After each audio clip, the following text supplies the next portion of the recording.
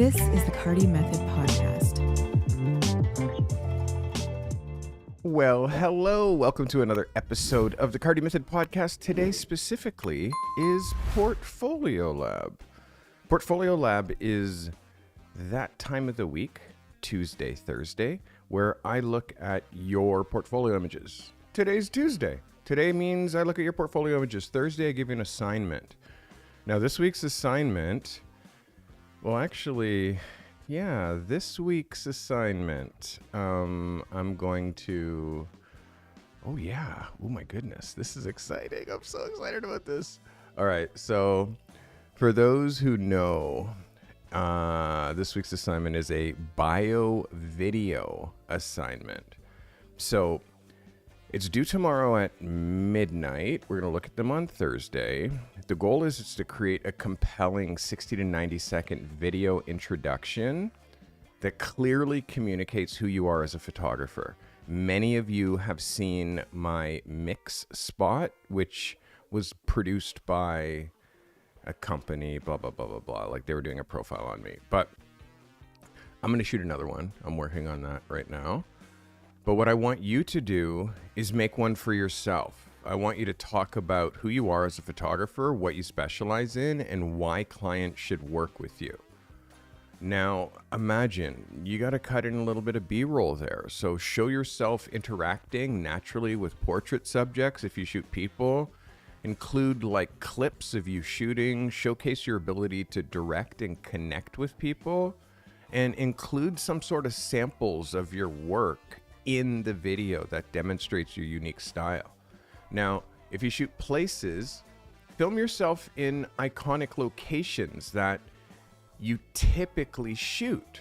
Show the process of finding and capturing the perfect angle. And include some sort of time lapse, maybe if you shoot places, of your workflow, and showcase showcase your attention to environmental details. Now, lastly, if you shoot things, yes, in your bio video, introduce yourself, demonstrate your product styling, your light up setting, your lighting setup process. Show some behind the scenes of you doing, oh my God, why am I coughing? Showcase the behind the scenes of you creating a product shot, include clips of your attention to detail, of course, and showcase your technical precision and your creative approach. The key to a successful bio video lies in its authenticity, technical quality, the clear value prop that you're offering, and that it helps potential clients understand why they should choose you. And I understand this. I know so many of you won't do this because you just won't. But for those that choose to do this, music must be copyright free. It has to be copyright free. So what you can do is go to studio.youtube.com, which is super easy. If you go to studio.youtube.com, you have something right here called Audio Library. Everybody has a YouTube channel. You have an audio library. There's hundreds and hundreds and hundreds and hundreds of songs here that you can grab for free. That is option one. And option two is sign up for a trial at Epidemic Sound. Now, Epidemic Sound, I also use Epidemic Sound. So just go to Epidemic Sound, sign up for a trial. I'm already logged in because we're playing Epidemic Sound music right now. And there's endless amounts of music here. You can just search by, and also find, these ones have vocals. You can find ones that don't have vocals. It's super, super easy. Epidemic Sound is my recommendation. Again, I'm not making money if you use Epidemic Sound, but you cannot use music that has some sort of copyright on it. Epidemic Sound is going to be flawless. There's going to be no issues. And then the next thing I'm going to want you to do is submit through YouTube. I'm sure you have a YouTube channel, even if there's nothing on it. Just make a channel, publish your video, make it unlisted, okay? Not private, make it unlisted, and then share the link. Your video should be 4K and 24 frames per second. You can shoot it on your phone. You absolutely you absolutely can shoot it on your phone. The goal is for this to be professional and approachable. And again, also horizontal. It should be horizontal. This is my iPhone. This is my iPhone 15, horizontal. You should be able to shoot with your iPhone if you don't feel, I mean, again, if you want to hold your camera in one of the shots, like you want to be holding it, well, shoot it on an iPhone. And also, if you're stressed about nailing the dialogue, write everything out, use a teleprompter app for your phone. There's so many different ways that you can do it. Think about this, 10 to 15 seconds of a personal introduction, like who you are. This is a bit of a structure you could use. And then 20 to 30 seconds demonstrating your process, meaning like what you do. 20 to 30 seconds showcasing your best work, like some portfolio highlights. 10 to 15 seconds closing statement and call to action, like I'd love to work with you. Go to my website and click the link to book a Zoom call with me, like some sort of a call to action to move the story along. All right, and then again, audio. If you're just using your phone and the built-in mic, it's going to be pretty good audio. You can also connect your AirPods, like there's so many different ways that you can do this. But again, when I started shooting video back in 2009, it basically tripled my income every year afterwards. So learning how to do this is important. Learning how to be on camera, learning how to have a camera presence is going to make you get booked. I mean, I did a whole episode on it. I literally did a whole episode on why you need to be on camera. So this is the vibe for Thursday. Speak confidently, speak conversationally, pretend that you're speaking to a best friend, someone who's interested, and also that best friend has the ability to give you money. So submit through YouTube, make a channel, publish a video, make it unlisted, and then share the link Wednesday before midnight. Are you guys ready for Portfolio Lab? Are you ready? I'm excited to look at this week's photography. Starting with Mr. Rafael Ortiz. Rafael says, on March 13th, an agency came in to update an actor's headshot. We did 9 costume changes. This one was my favorite. Light meter and a color checker. Left plenty of space for magazine cover and won't lose any integrity as an 8x10. Nikon D850, 50mm 1.4, ISO 64, f4.5, 1/250th of a second. One Godox SK400 studio strobe with a 42-inch softbox. This is Mr. Let me move this over here. There we go. Mr. Rafael Ortiz. Rafael, thanks for submitting. All right, so yes, you did leave plenty of room for header, but you also didn't leave plenty of room to not cut this guy's foot off. You have nothing but room up here. Nothing but room. You could afford the ½ inch that you need to give his space on the floor and move his eye line up just a little bit. Showing this as an 8x10, yes, but still, this foot really, this crop is really, like, you have to be aware, like, if this wasn't just like a basic nothing shoe and it was like a really important shoe, well, number one, we don't show the bottom of it because the bottom of it is scuffed. So we have him have both his feet planted, and if you want him to have his arm leaning, you have him lean here because it's basically the same side of his, same height as his knee is. And you have both his feet planted, and because these shoes aren't that special, don't feature them so much. Like, make it so his face is featured and he's not giving us one of these like poses, which is like, he's a handsome dude, the light is great, the set is great, but what you're having him do is really broken. And I heard your confidence in your, I did this and I did this and I'm like, I nailed this. And it's like, Raf, this is why you're here. And in between the reps, like the inconsistency of you submitting week over week, this is what happens, is things like this, you miss. Things like this, the bottom of the shoe, find me an ad that shows the bottom of a shoe, especially a men's shoe that wears like this. You're not going to find that. So these are the things that you have to watch. And then also the body language is just, it's too catalog. And it's not even, and it's catalog 20 years ago. So the updated poses come from you looking at magazines. The updated poses come from you looking at magazines. And I'll say it over and over and over again. Those who are looking at magazines are doing the hot shit. Those who are not are doing stuff from 20 years ago. So let's look at this as an 8x10. And yes, it crops as an 8x10. But where you're cropping that shoe, just it's frustrating, and it will be frustrating for the client. And then this huge dirty patch of the shoe is frustrating. Everything else about this picture is great, Raphael. Everything else, the light is great. The set is great. Even the fact that it's like a tone on tone, like the styling is great. The light is great. I mean, his hairstyle is like, I hate it. But again, like that's where you're losing it. It's like his hand to the face. It just looks, yeah. You need to rough him up a little bit because he's too pretty as it is. So style him in such a way that makes him more of a badass is my suggestion.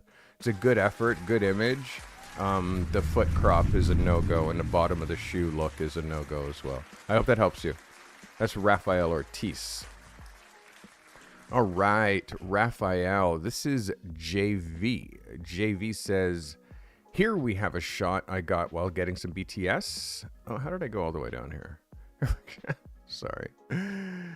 While getting some BTS for Thursday's assignment. Let me know if this makes the cut. Looking forward to the feedback. A5100, 40 millimeter ISO 250, f16, 1/60th of a second. 8200 Pro with a snoot. And an LED for the black light. Let's see if that works, Jay. This is JV. JV, thanks for submitting. JV, guess what? This actually did work, my guy. This looks pretty good. You're starting to get a handle on this. There's still some polish that we're working on.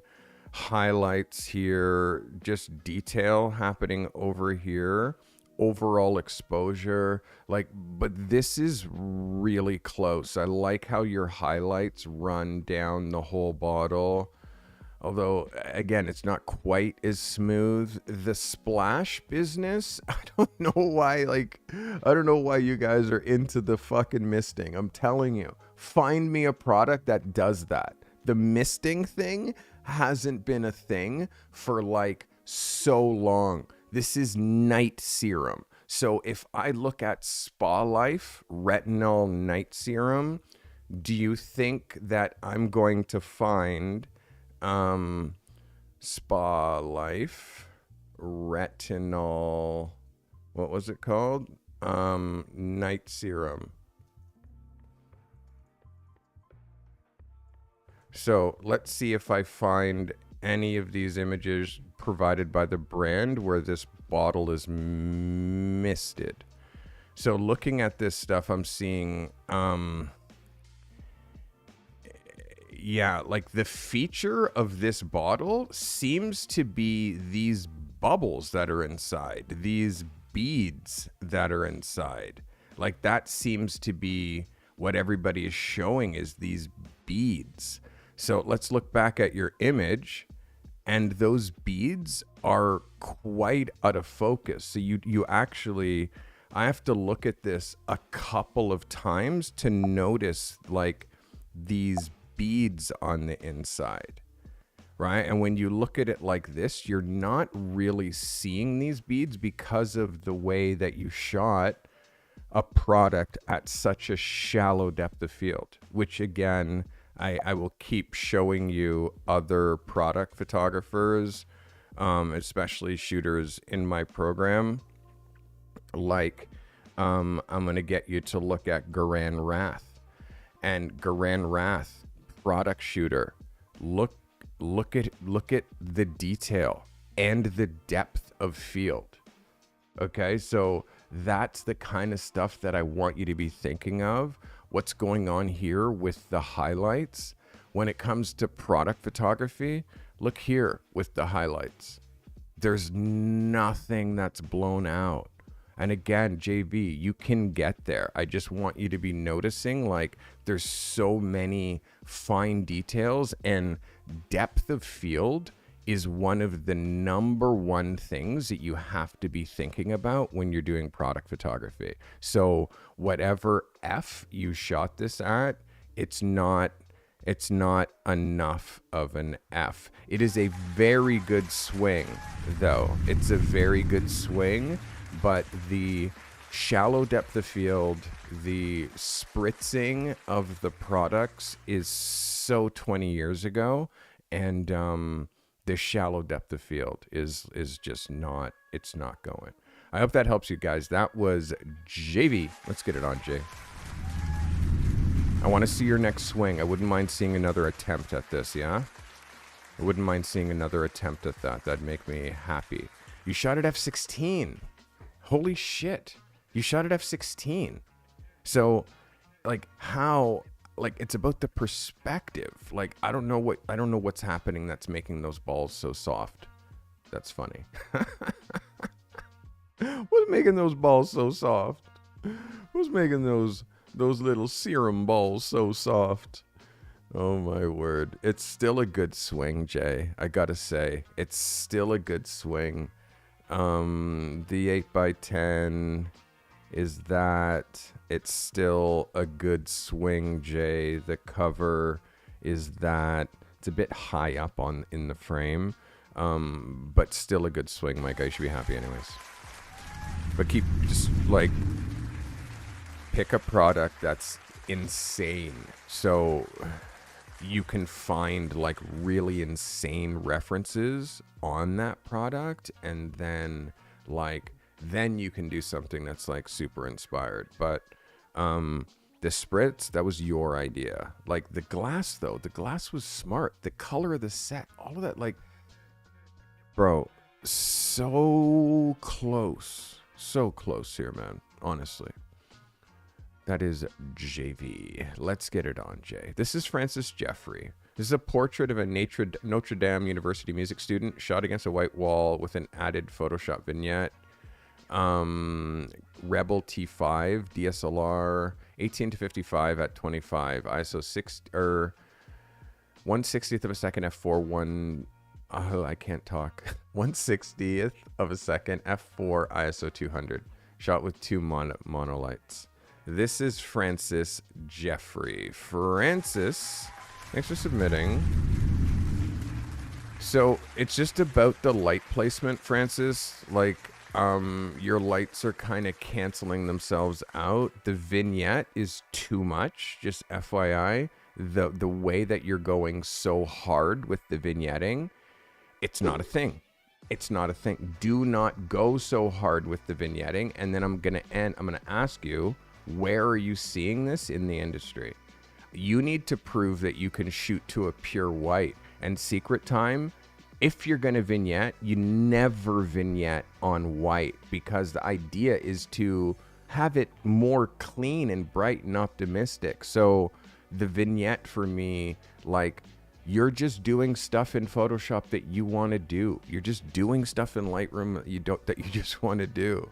So the first thing I see here for this gentleman is the really hard lines under his eyes.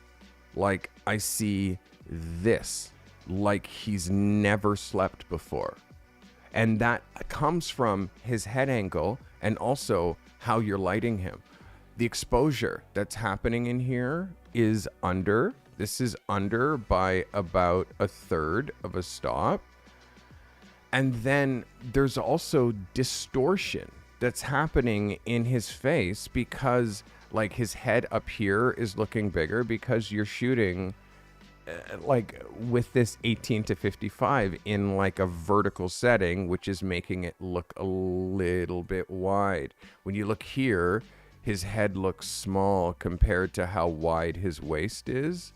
So, and you're also low and aiming up at him, which all exaggerates all of those things. So again, this is, for me, it's close.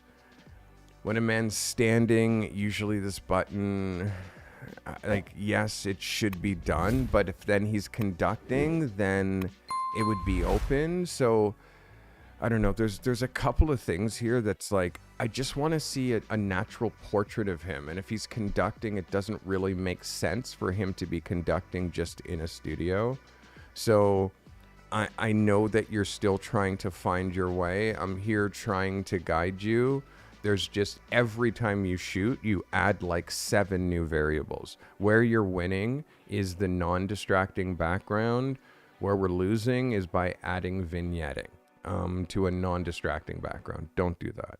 And then exposure with your light. Make sure that your light, like, I would love to see you practice with one light and really nail one light, so I can see what one light is doing, and then let me see what you're going to now do with the second light. Because right now from this, I don't have a real good sense of what you're doing with light, other than I see one-ish softbox here. But again, because this is out of focus, and I see a little bit of nose shadow here, but now I don't know what you're doing with your second light. That second light, you could be just blasting it anywhere, and all that's doing is canceling out any kind of shadow that you're doing. So this picture ends up feeling lightless and flat.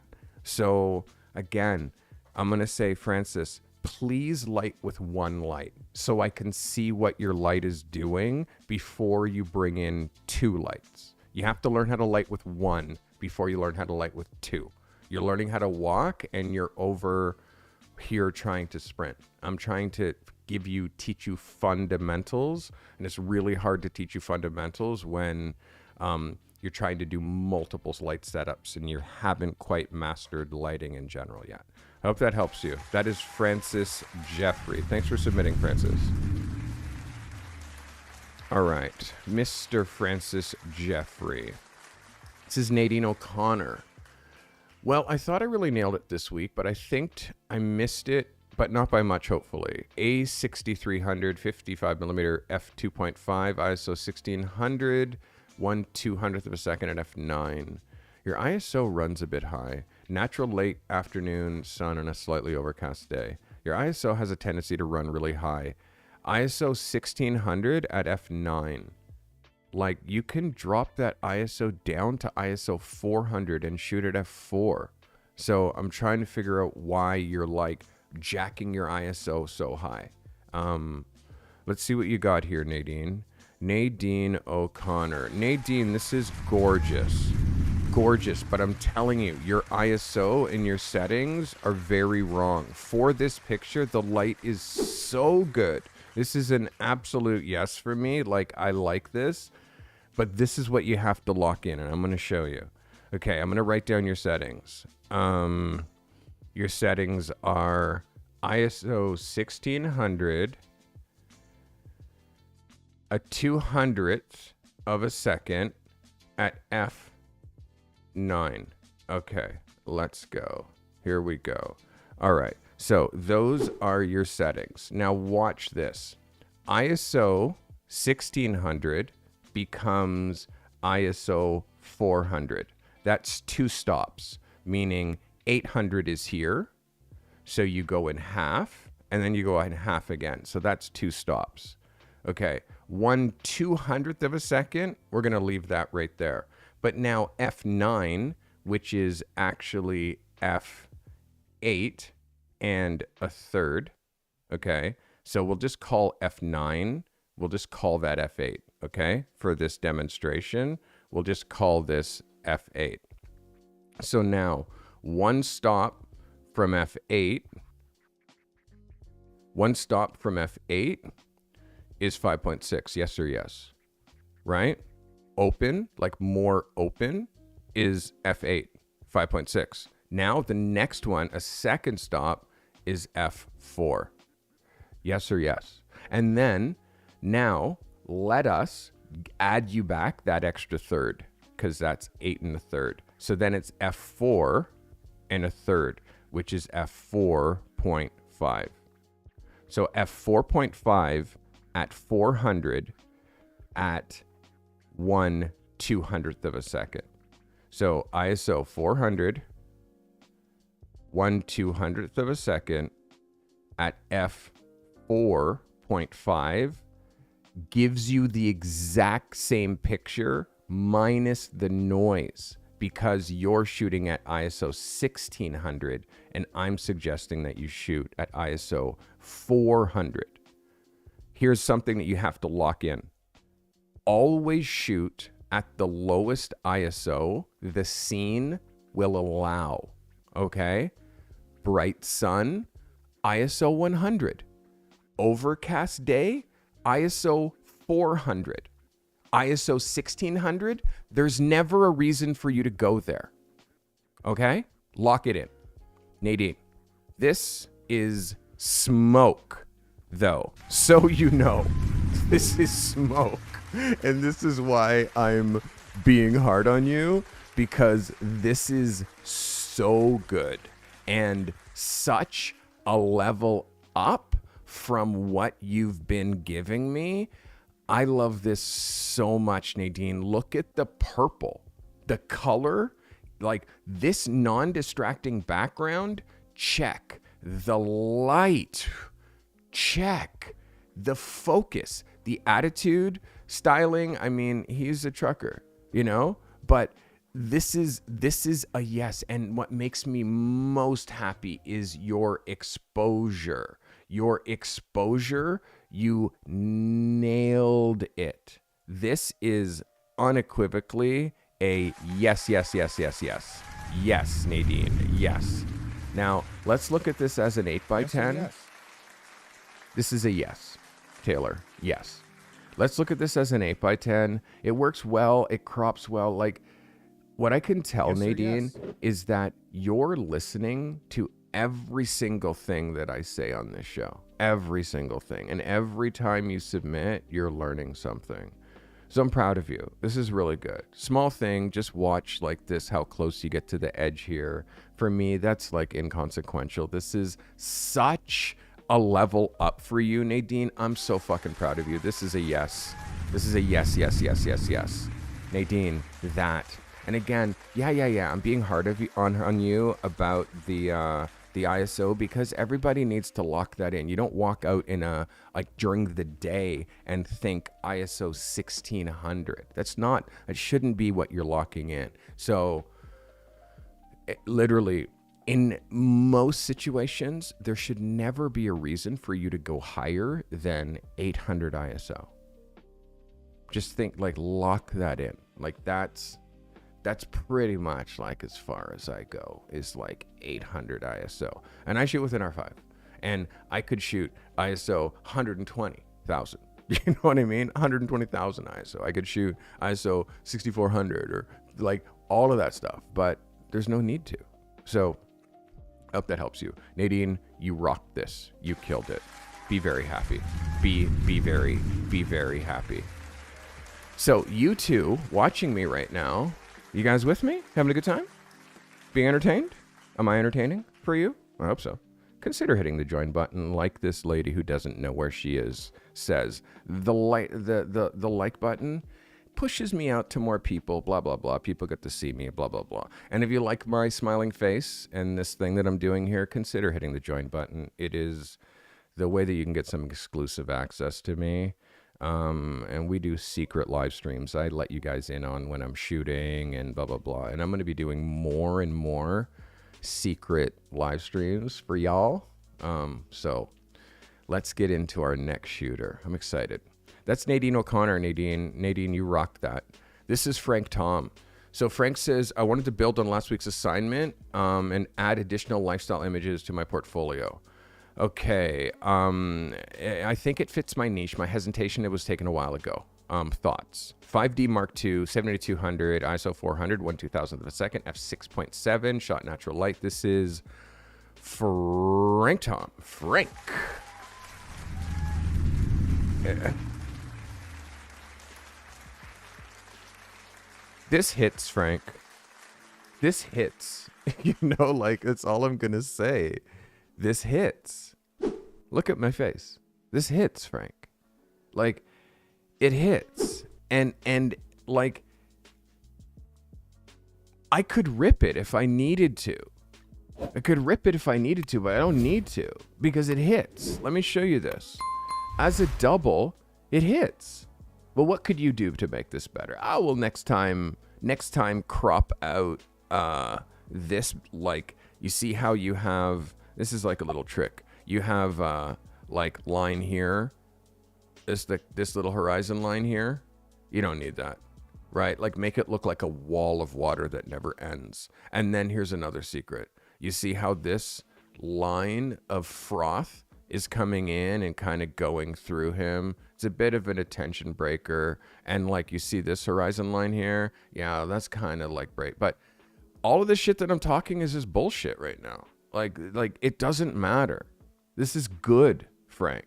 Like, all I would say is move him down in the horizon so we can cut that out. Everything else that I'm saying, Frank, is just, I'm just giving you busy words because you're stressed about this being an older picture. I'm telling you, like, it hits. So let me look at this closer just to make sure that the focus, like, this hits, man. This hits. It hits. Look at it closer. Like, look at it closer cropped. Right? Look at, even if you cut the board off a little bit. Like, there's so many different ways that this photo works. Like, it just works, Frank. So, again, if it didn't work, I would say no. With a straight face, I would say no. Right? So that works. So, yeah, this can stay. Good shit. Good shit. I like the feeling of this photo. It brings me, it's a vibe, you know? Hey, y'all who are watching me, I appreciate you. Hey, do me a favor. If you've never watched me before, like, just put a little something in chat. All you need to do is subscribe for like 5 minutes. And then put a little something in chat that's like, hey, I've never watched this guy before. This is kind of interesting for me. Because it helps me, you know? It helps me because, again, I'm trying to just, like, help the next generation of photographers. If you don't know me, by the way, I'm Carty. I didn't introduce myself. I am Carty. Nice to meet you. I've been a pro for 34 years. 35 years next month.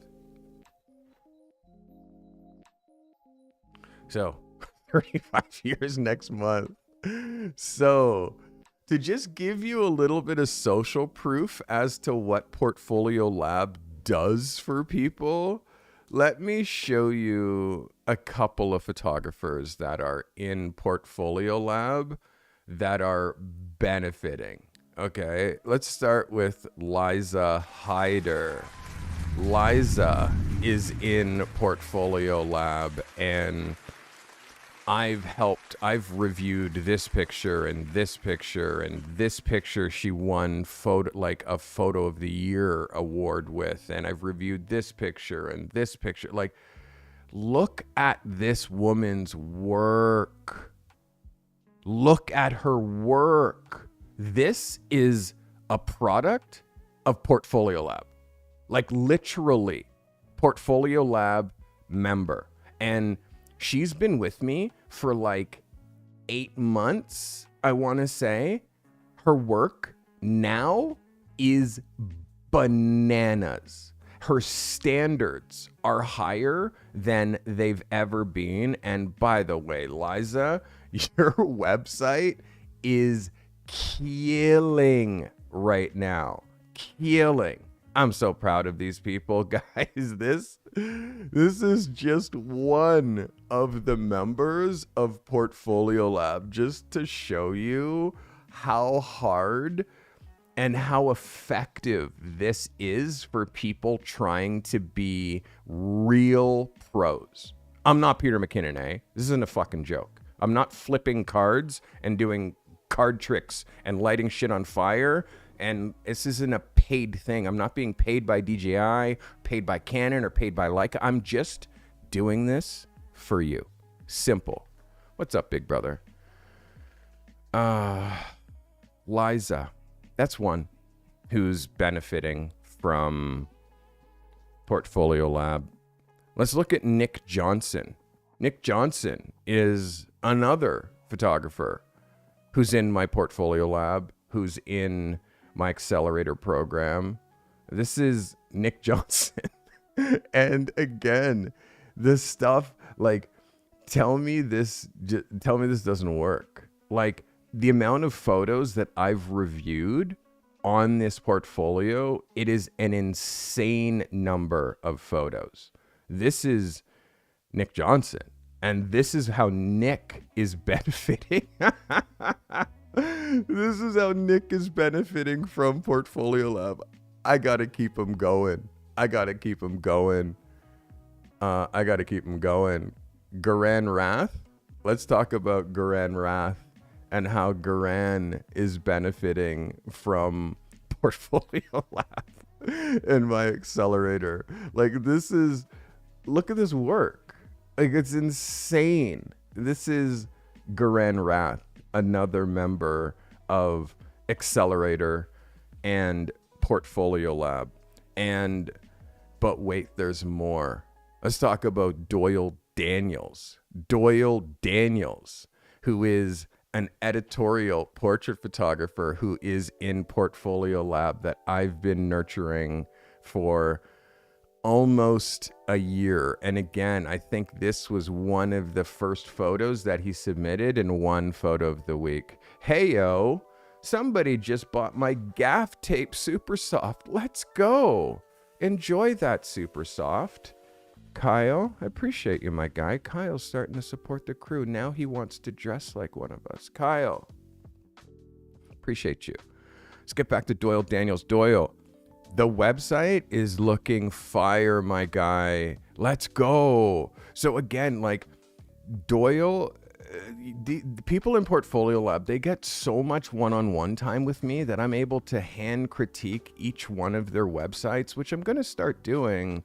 Maybe I'll bring a little bit of this into Portfolio Lab Live so you guys can see when I'm doing these critiques. But I'm just scratching the surface of the people who are in Portfolio Lab and benefiting. So I just wanted to give you guys a little bit of social proof.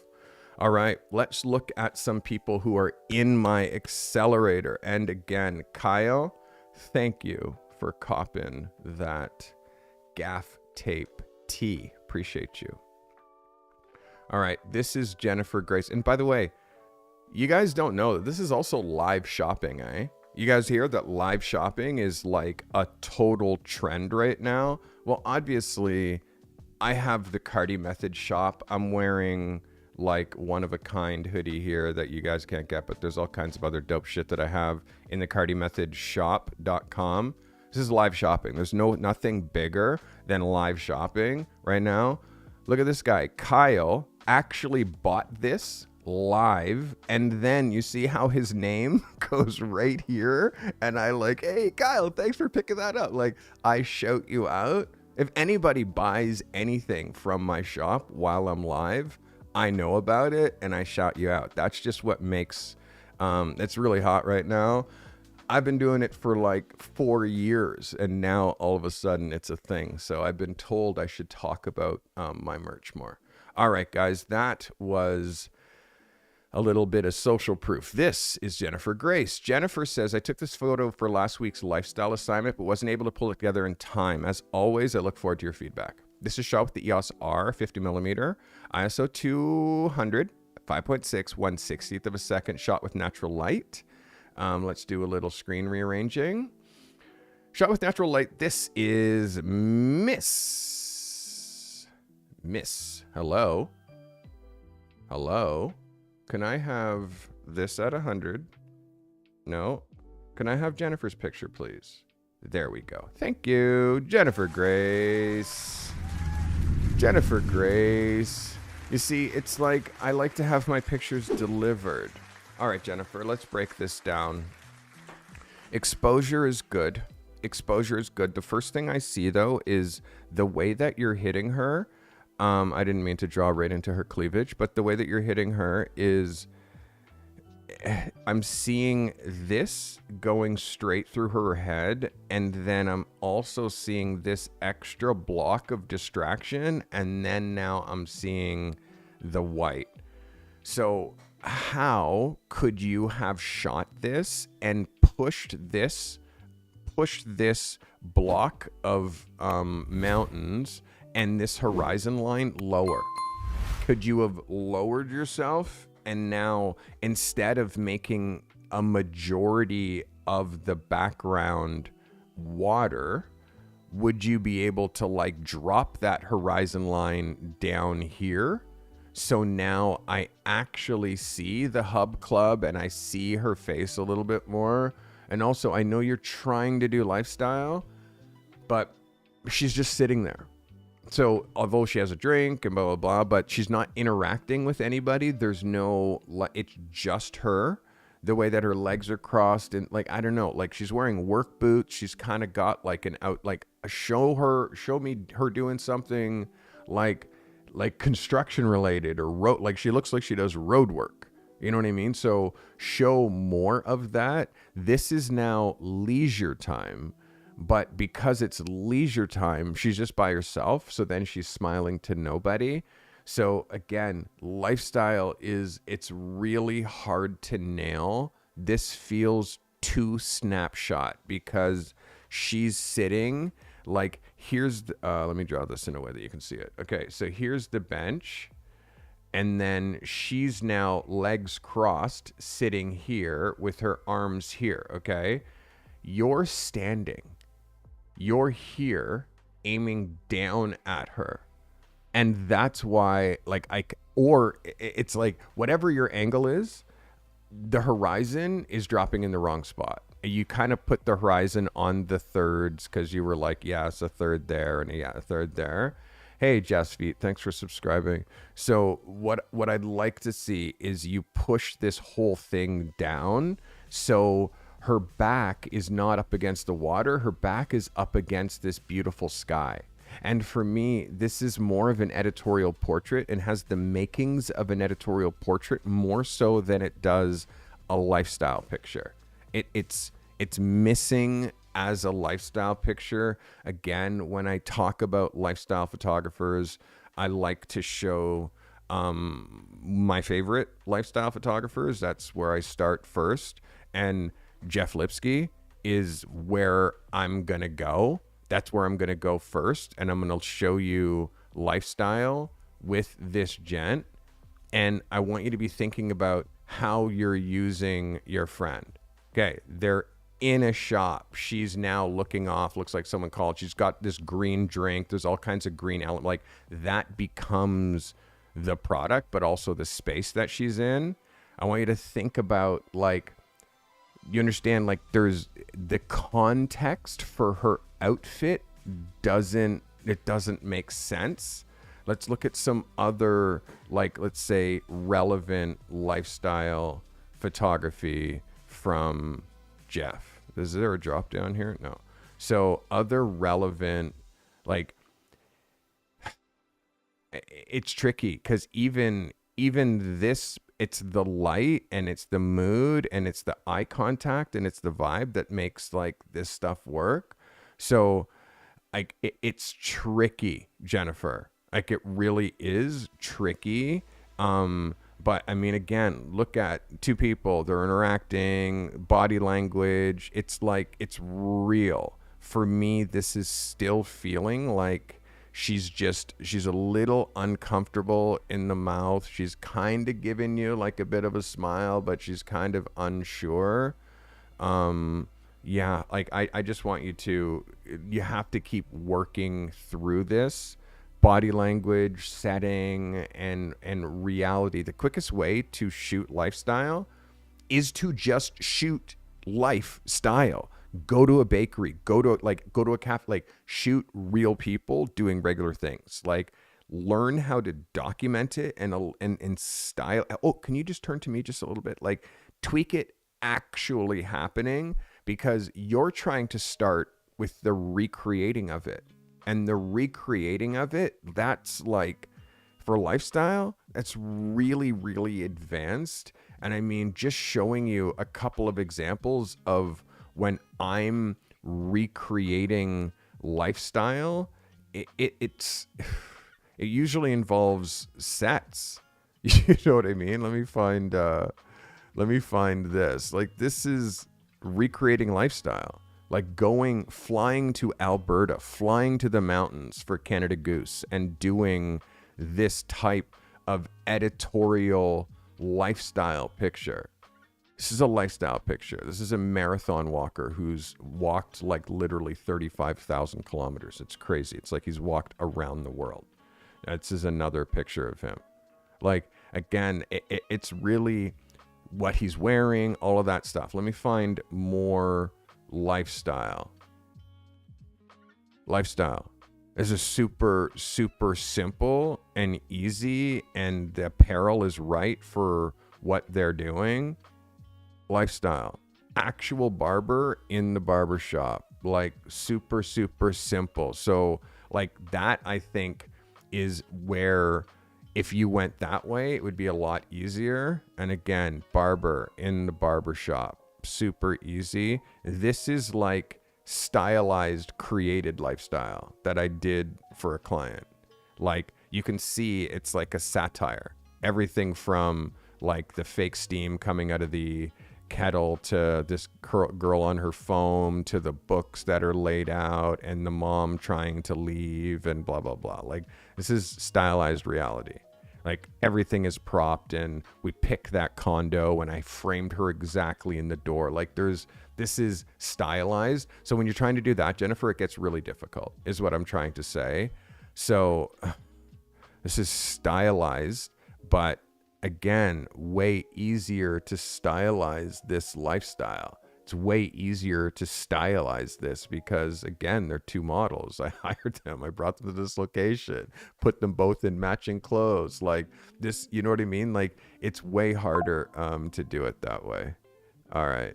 So, all right. I hope that helps you, Jennifer. This was close, but I think this one's a miss. Again, you're going to find nothing harder than lifestyle photography to nail. But when it clicks, it'll click. I hope that helps you. It's Jennifer Grace. Jennifer. This is Marcus Mack. Marcus said, I did headshots at a local business event, shooting portraits and sharing how I can help. This is a shot on a knee-rested arm pose, inspired by the image in my portfolio. Inspired by an image in my portfolio. Okay. V-flat, single strobe, reflector on left. R3. 50 millimeter, ISO 125, 6.3, 1/60th of a second. This is Marcus Mack. Marcus, this is a vibe, Marcus. This has got to be inspired by my Colin Firth picture. Like my Colin Firth picture, which is way up here.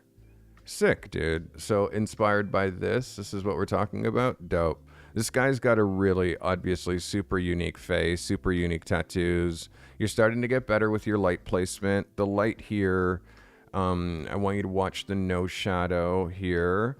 For me, I wouldn't mind coming a little bit further down, but because this guy's got such crazy tattoos on his face, like I would want to light him a little bit more from the front in order to show a little bit more hand detail and like this kind of stuff. I think you did well here, Marcus. But again, I think like the light that I would have imitated of mine would not have necessarily been Rembrandt. But still, I still think that you hit this pretty close to out of the park, Marcus. Honestly, it's very close. This last thing is just, you watch this nose shadow, and I want that nose shadow to go here, to just hug his mouth. just a little bit more, which means that, I mean, obviously light travels in straight lines, and that's kind of where I want you to have the light angle, and your light angle is here. So again, it's really, really minor, Marcus, but I want you to be able to see it. And it's just this here that we're trying to not see, which is this little gap here. I just want that to come down a little bit more aggressively to hug the curve of his mouth, like right there. So it's very, very small. And again, you're using hard light. That hard light really imitates sun. In this context, you're using undiffused, meaning like just a reflector with no softbox. I want you to try, if you're doing this placement with this kind of a guy, to do softbox, and then a reflector back here, kicking back in to give you a little bit of separation. I see that you're using a reflector here, like I can see that, but I want to see you do this with a softbox. But again, you're really starting to like tune that polish, and I see it. You're getting so much better. I just want to help you get even better. And by the way, Marcus is 22 years old, by the way, the photographer who shot this. Marcus, this is very strong composition as a cover.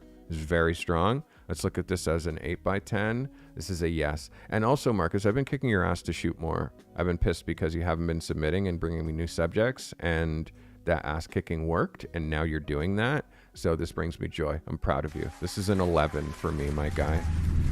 Well done. Well done. And thanks for using me as an inspiration. It always like...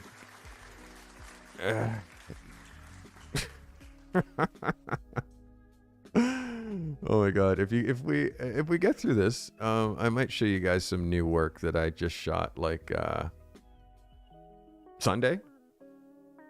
Saturday? I don't even remember when I shot it. Anyways, I shot some new work I'm going to share with you. This is Charles Fortin. Charles says, isn't that sublime surf lifestyle? Isn't that a sublime surf lifestyle sunrise vibe? This is a Sony a7 IV with a 70-180, ISO 320, f8 at 2/50 of a second. This is shot natural light, and this is Charles Fortin. Charles! Yes. Yes. This is a lifestyle vibe, yes. Yes, I mean, you could have centered them a little bit more, like just push them, like, yes, I know you wanted to offset them. You could have offset them just a little bit less, because you got lots of space over here with nothing going on, so it's fine to move them over a bit.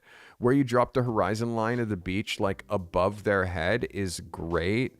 We could have played again with this horizon line a couple of different ways, and also shooting this from the other way, this way, because now they're being lit. There's long shadows that way. But if you shoot it this way now, then you get silhouette and like sunset and blah, blah, blah. But I love this perfect light that you have on them. Like, this is a yes. This is absolutely, absolutely a lifestyle picture. She's got a bit of a wedge, which is kind of funny. But the styling, the tones, the boards, like just being able to read all the brands that you're promoting here. This looks like a real moment. This is outstanding. Really good. Again, I want them. They don't have to be exactly centered, but I want them kind of like, how do we say it? Like where she is, that's where I want him. And then put her like right there. So it's just him and her move over like just one like little bit, or you obviously move over that bit and just frame them so they're not close on the edge.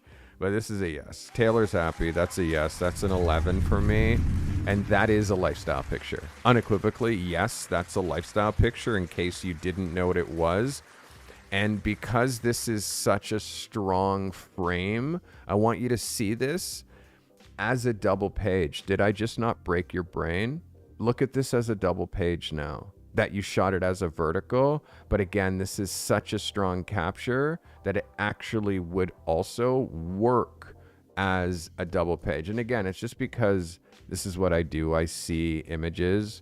I would pull it like off the gutter just a little bit, but you get the idea. Like this could work so well as a double page. Charles, you're hitting this guy who was wondering whether he should invest and be in my program. This guy, Charles, this is working for you? Is the Carty method working for you, my guy? You see, this is insanity, right? I'm so proud you're a part of this, man, honestly. That's Charles 410, everybody. Well done. That's an 11, Charles, if I didn't so state it. It's an 11. We got some big love for that picture. Well done. Charles 410. This is Anton Duris. Carty and crew, a tranquil moment on Coconut Beach in Port Barton in the Philippines. I'm on the fence with this one. I usually like things light and fun, but if it leans too much into a joke, it's not too much for him. I'm open to feedback. Let me know if this photo deserves a spot in my book. A6600, Sigma 18 to 50, ISO 100, 5.6 at 125. This is Anton Duris. Anton, it's definitely a moment, and it's so stylized, and it's shot so well. It has like this. Yeah, it goes in your book, bro. Because you know why? This is like someone's going to fly to this resort that you're promoting because they have wild pigs there. And just showcasing, like, this becomes a feature of this place.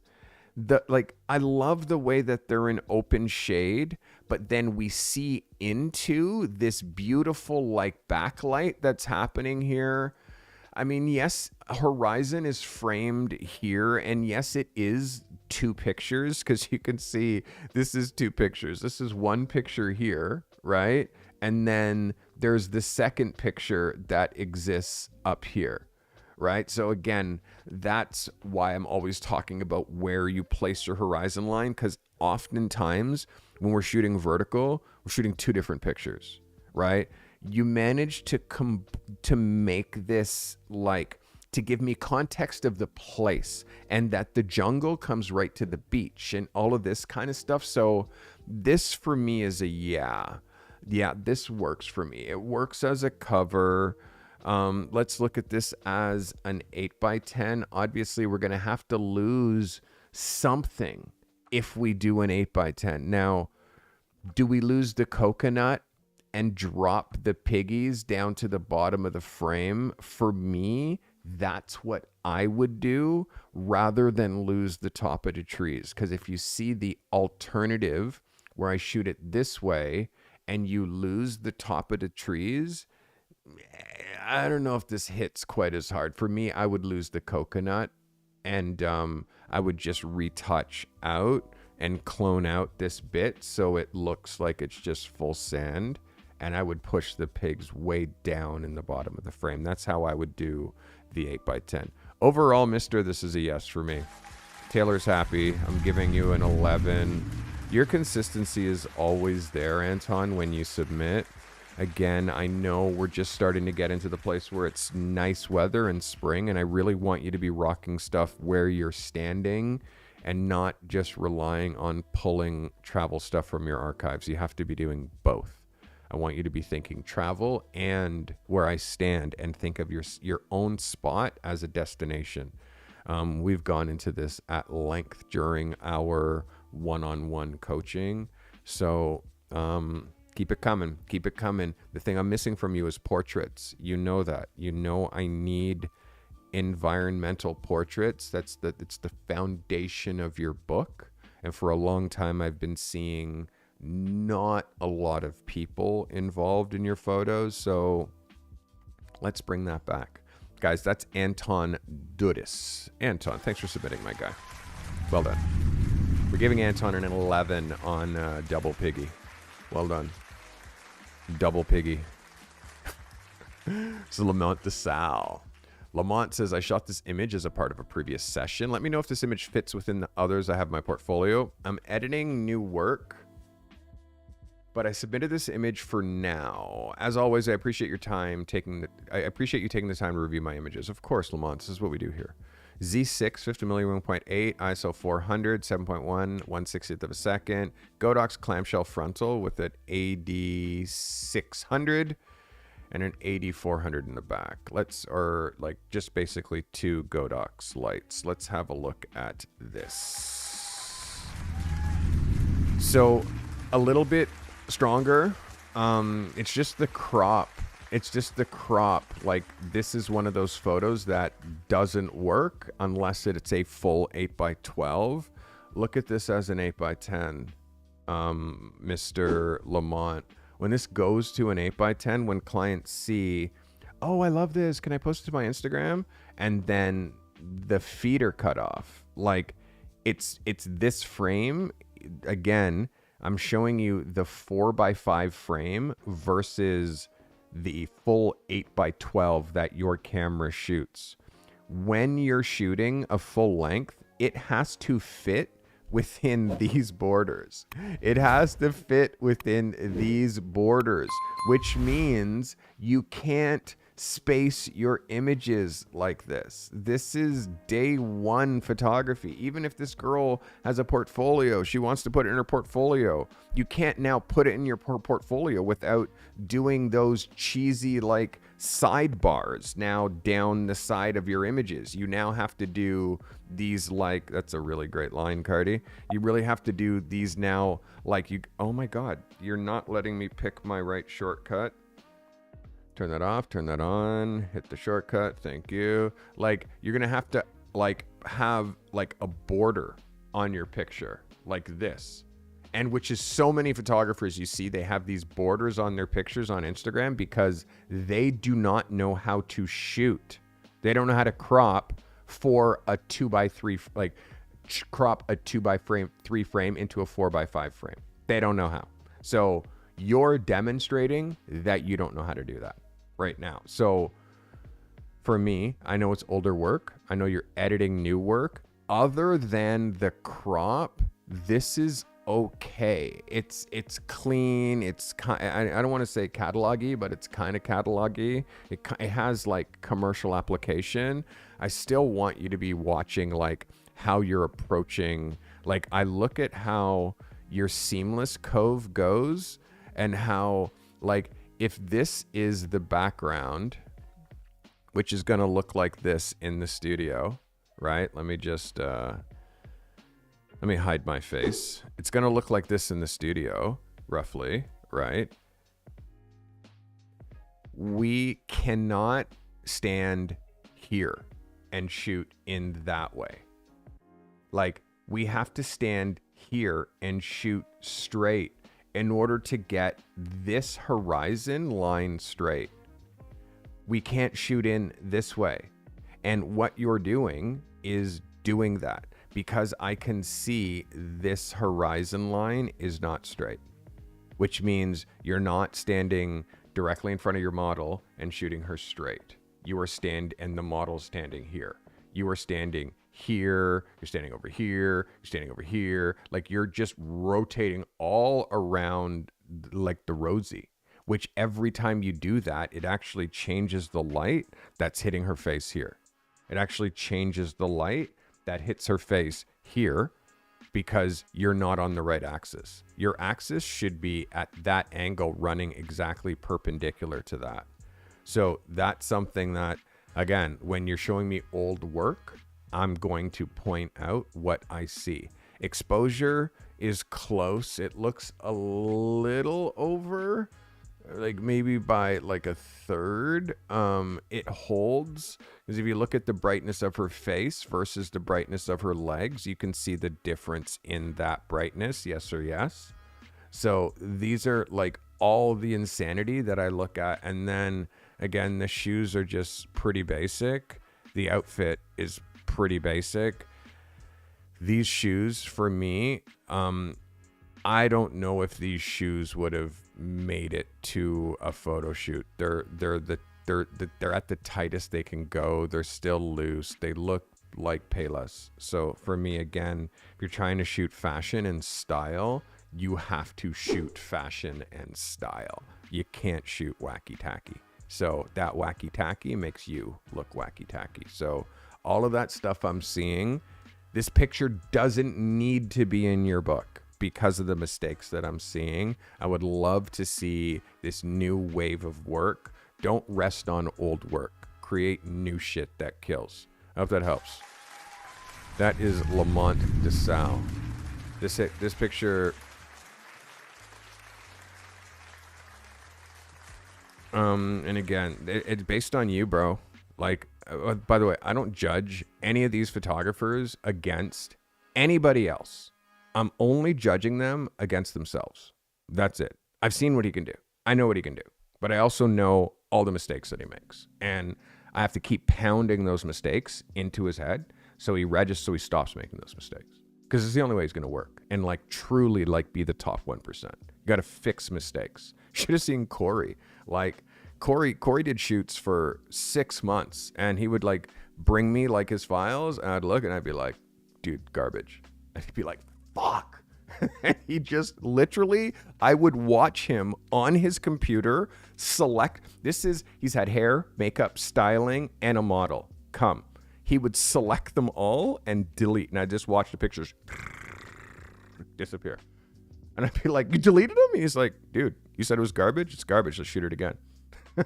And then he'd call everybody else, bring them back, and he would do it again based on those mistakes. Like, he was insanely, Corey was my assistant. Like, Corey assisted me on Colin Firth. That's kind of crazy.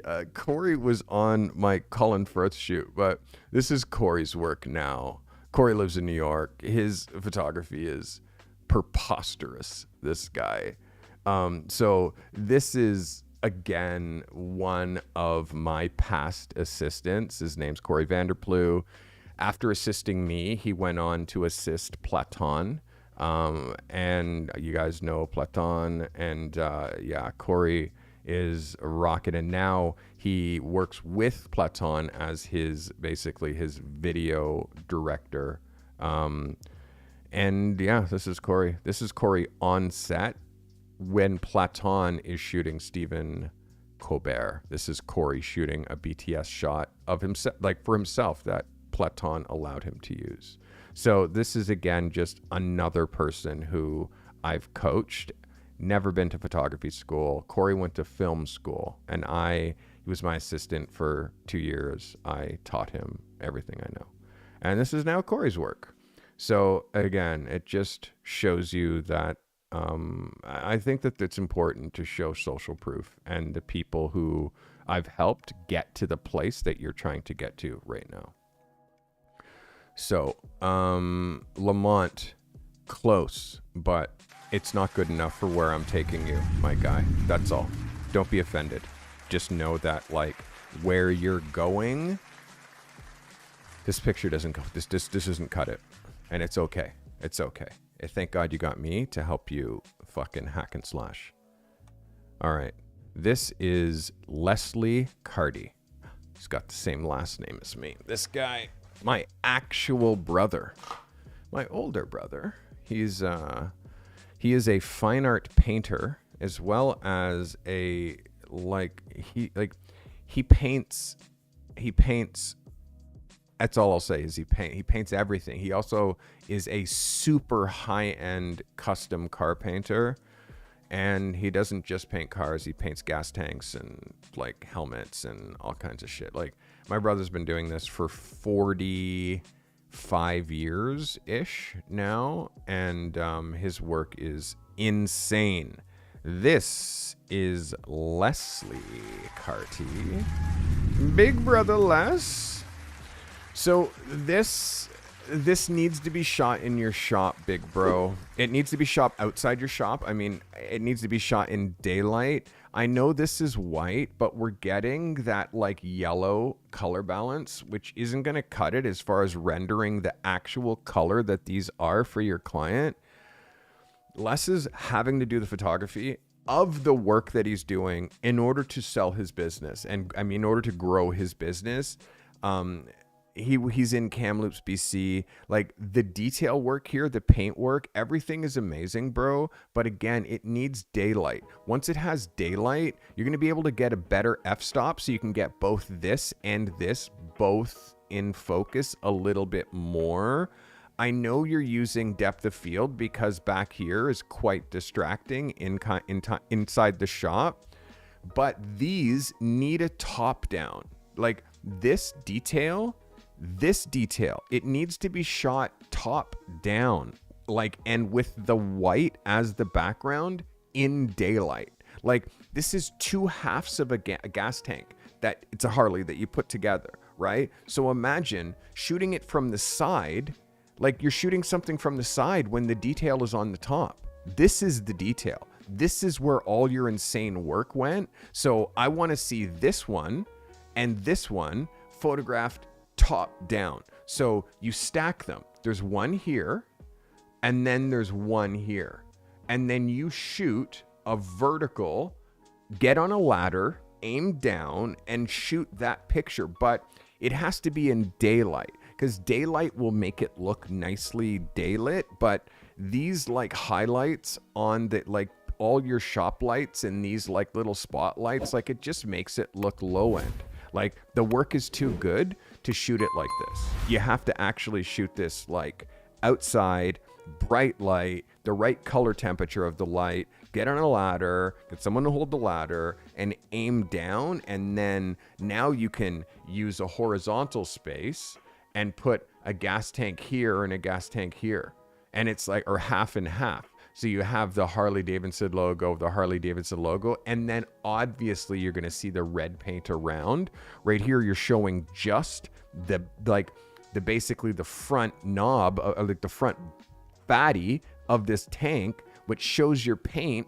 But does it really? Because the color balance isn't right, and you know that that's not the color of the paint that you did. You know that that's not the color. It's way more orange because of the yellow light in here. So you have to shoot this in daylight, big bro. You have to make sure that you're not so claustrophobic here with all your connector bits. You can't put it so close to the edge of the table where the table is cutting off, and you have to do a top down because this gas tank is begging to be shot down. Okay, I hope that helps you, my guy. This is Big Brother Less. Again, this is close, but I know that you can do so much better. And obviously you can't shoot it with your 70-200. You have to shoot this with a 50.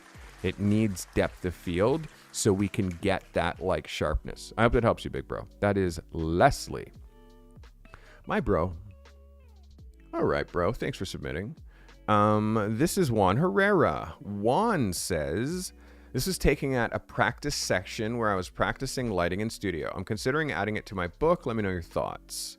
EOS R 24-105 at 85mm, 100 ISO f11, 125 of a second with 2x strobes. This is Juan Herrera. Juan, thanks for submitting. Juan, this has a vibe. I'm not sure of the color combination.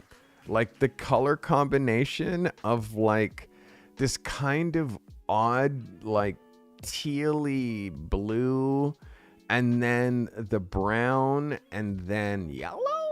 Like I understand yellow and blue go together, but then like in your portfolio, it just ends up being one of those like, it's just too radical. And again, choosing to use like a blue background, for me, the way that I think of it is I always think about like how that work looks in a grid. Because so many people see our work in a grid. Now look how this stands out as like, but notice I'll use background colors in order to give me that pop of color. And like this color combination of this green and like this is a shitty green, okay? And this is kind of the wrong red, but still I shot it. You know what I mean? This for me is way more pleasing and aesthetic, but it's a location. Now in the studio, this is a red, yeah, like maybe, but again, it's tricky because I'm torn on the tones in this one. But again, it's so competent because like good smile, good focus, pretty girl. It's like it just almost looks like a little conservative. I'm not sure based on all the rest of your work, Juan. Like but I also know that you need to do more of this kind of stuff. Like I'm torn. Like the more I look at it, the more I like it. Actually, it's not the opposite. It's the more I look at it, the more I like it. So here's what you're going to do for me. Here's what you're going to do for me. You're going to make this picture black and white. Okay. You're going to make this picture black and white, which is going to be a brain break. But I think that is what might make me the happiest. So tonally, we can take down this brown and the yellow and the blue and make it more like less busy. Although it is tonally correct with her skin tone. I don't know, man. I'm so on the fence. Like, what are you making me decide now? This is one of those ones that I can't just yes or no. I just don't love the blue. Like, on a gray background, yeah. Black background, yeah. White background, like something more neutral because she already has two bold colors. It's like putting her now on a color background. It's like, dude, there's just too many colors. And then again, brown as a color to photograph. Brown is just like, and yes, it matches her skin tone, but then now she's just a complete monochrome brown tone mess. You know what I mean? Brown is not like a color that black people should be wearing. Just FYI, black people, don't wear brown. It's not thing. It's not. Wear an orange. Wear like a contrasting color to the actual color of my skin. Come on. So anyways, this is just a styling thing. Like, I can't tell you, I can't dress everybody, but yeah, the cardigan is what I can't. The brown sweater is what I can't get past. But you know what? She loves it. So who am I? Who am I to say?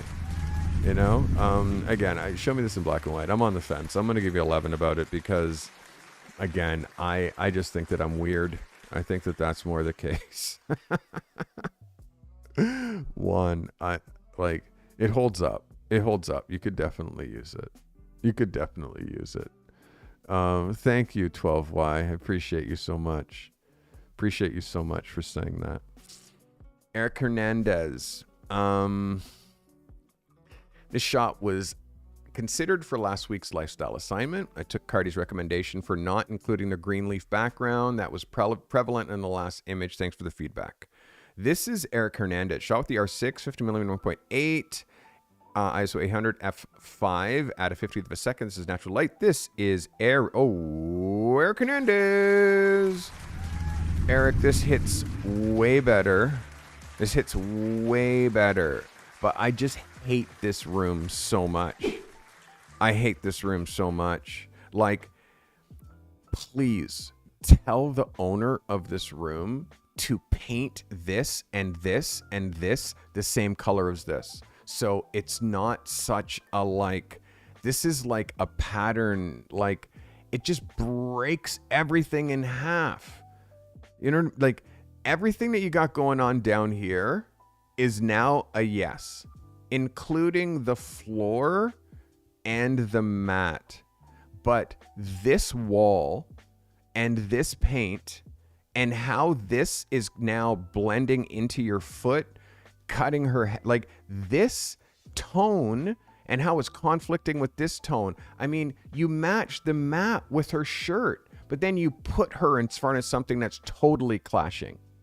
You know what I mean? Like, this is going to have to be 3 phases. Phase 1 was a no, right? Phase 2 is one of those like almost, because her body looks smoking. She's doing like cool things with the body language. She's got a pedicure. She's got a manicure, I hope. Let's look at her nails up close.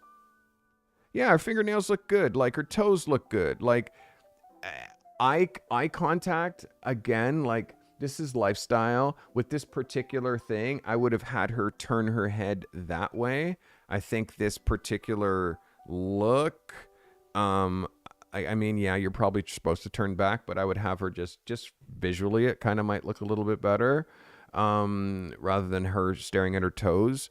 But yes, it's just this that is broken for me. It is this and this and this line here and this color. So now take this girl and put her anywhere except for in this room. Because this room, although it has natural light, this girl, put her outside, put her on the grass, put her anywhere except for against this wall. And literally tell them to please buy paint and paint it all one neutral color, and preferably not crema, but just white, like neutral white. If you're trying to shoot in here, this needs to be white. Yeah, because this is so close, Eric. Like, you managed to nail the focus this time. It's so close, dude, but still it's a no. And again, it's because of the background. I hope that helps you. I want you to see this as a cover. I want you to see this as an 8x10. Let me just bring this down. You can see how those lines, it's distracting. And I know you know I'm right. Now it's reset. Get this girl again, same mat, same outfit, and now remove the distractions from behind her. I want you to see how I'm seeing. I want you to see how I'm seeing these lines going straight through her head. I want you to see how that tone and that, like, they don't, like, these two are conflicting. I hope that helps you. That is Eric Hernandez. Mr. Hernandez. All right. You guys with me? Having a good time? Enjoying yourself? I hope you're enjoying yourself. This is Doyle Daniels. How's our time doing? 1:21. Doyle says, I've been thinking about adding more standard headshots to my book. Chatted with Nick. He suggested putting a portfolio specific for clients. I'd love to hear your take on this. Z8 70-200 28 ISO 64 1/200th of a second at 3.5. It's a 3-light setup. This is Doyle Daniels. Doyle. This is a yes for me. This is a yes. Let's look at this as a double. You can see you're composing on the thirds, Daniel. We talk about this quite often. You're composing on the thirds. You can see right here that. Let me just drop this over. You're just composing on the thirds. It's okay. It happens sometimes. But if you draw a line through her nose here, and then draw another line right here-ish, you can see, like, you're going thirds all day, right? Because you forgot about the whole double page thing that we're trying to do, that I talk about every week, like, ad nauseum. Which means when you go to a double page spread, she's now punched in too much to here versus how far she is over here. You're cropping her shoulder on the gutter, which you just could have had backed up just a little bit and had her, like, it's just the small things. So Doyle, can this go in your book? Well, yeah. But do I have to flog you a little bit for this crop? Well, yes as well. Really great light. The 3-light setup, like, you just made it look like natural light, Doyle. You really did. You made it look like natural light. The big softbox is super flattering. Skin tone looks really great.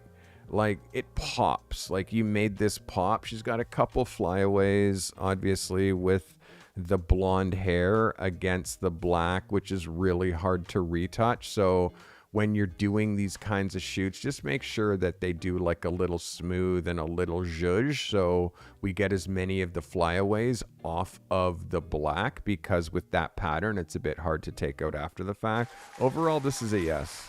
But I do want you to watch that composing on the thirds. I think that once you, again, Too many of your images are going to end up being double page spreads. Too many of your images, your corporate images even, are going to be used in corporate annual reports and that kind of stuff. And even on a website, the offset, like a double page spread, works because it gives us that room for like her bio, which they can now put over top of the picture, which makes the website look more dynamic. So all of that to say, very close, but again, just move it over a bit. But yes, you can use it in your book. You can use it in your book for sure. For sure. But again, now, because I flogged you a little, next time you will absolutely nail it.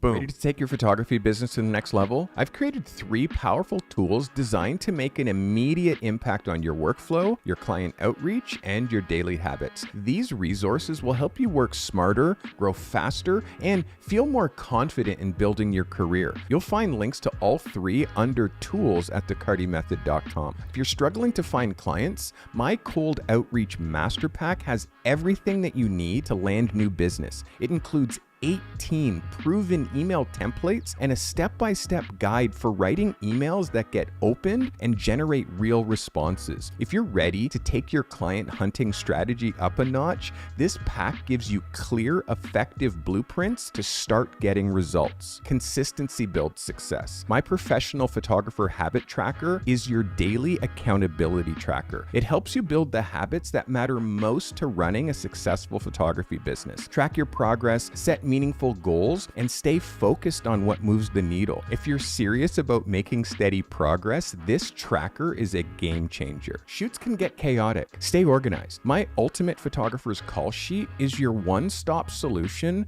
for planning and managing every detail of your shoots. From client communication and location info to equipment checklists and timelines, this tool helps you stay on top of it all. With my call sheet, you'll run your shoots like a seasoned pro, no matter how big or small the project. This is the call sheet that clients will remember forever. These tools are built for photographers who are serious about their craft and ready to streamline their businesses, connect with clients, and build professional habits that last. You can find them all under tools at thecartymethod.com. Let's start transforming your business today.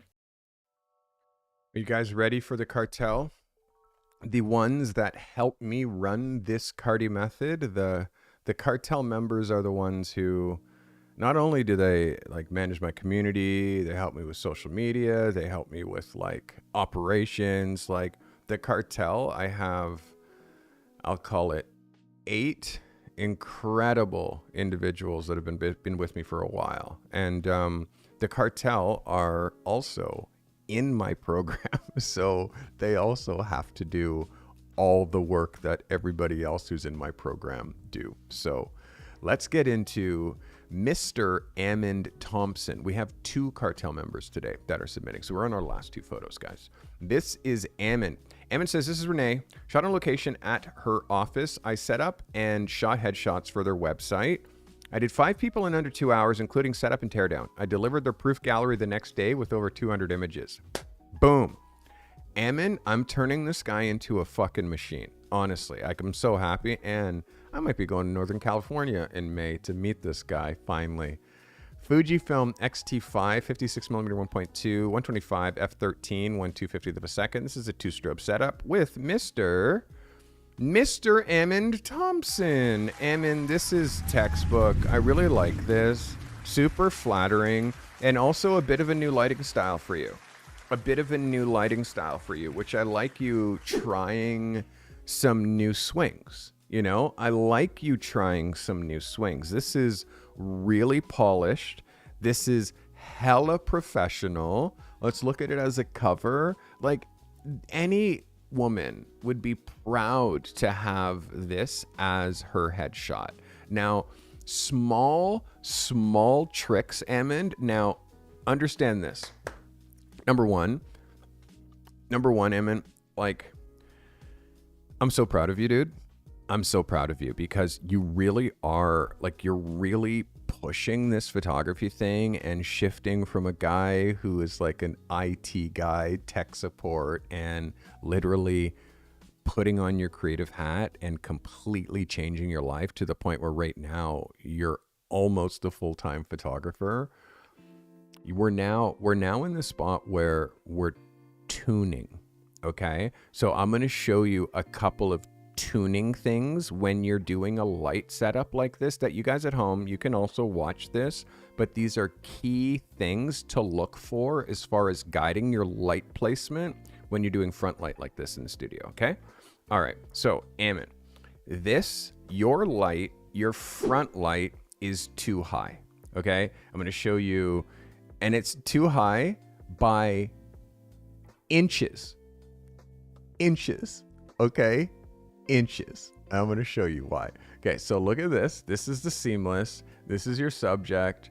This is Ammon with the camera here, blah, blah, blah, tripod, and your light. Okay. Aiming this way, right? Here's her nose, blah, blah, blah.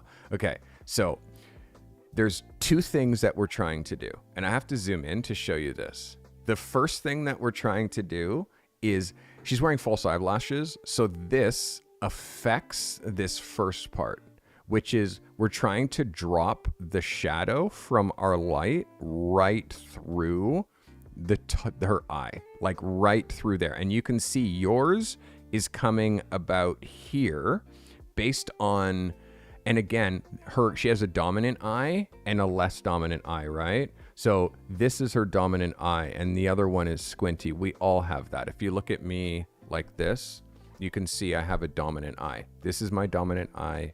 This one squints more, right? When I shoot, I do like this. So I shoot with this eye. The eye that you shoot with, the one that you look through the camera with, that's your dominant eye. We all have that. You again, look at me. This eye is more open than this eye. We all have it. It's not a thing. All right. So next, that shadow, right? So we're watching this shadow because this is why I always suggest that ladies do not wear caterpillars on their eyes when we're doing photo shoots, because the camera resolution is too high.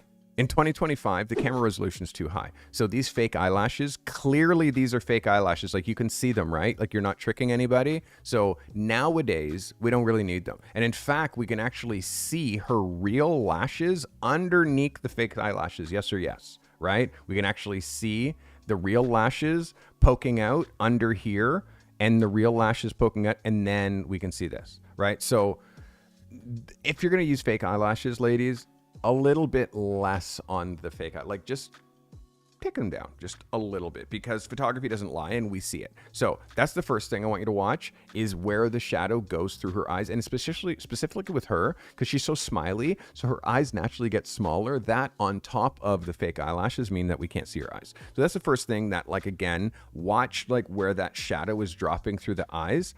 But the second tell is this distance here.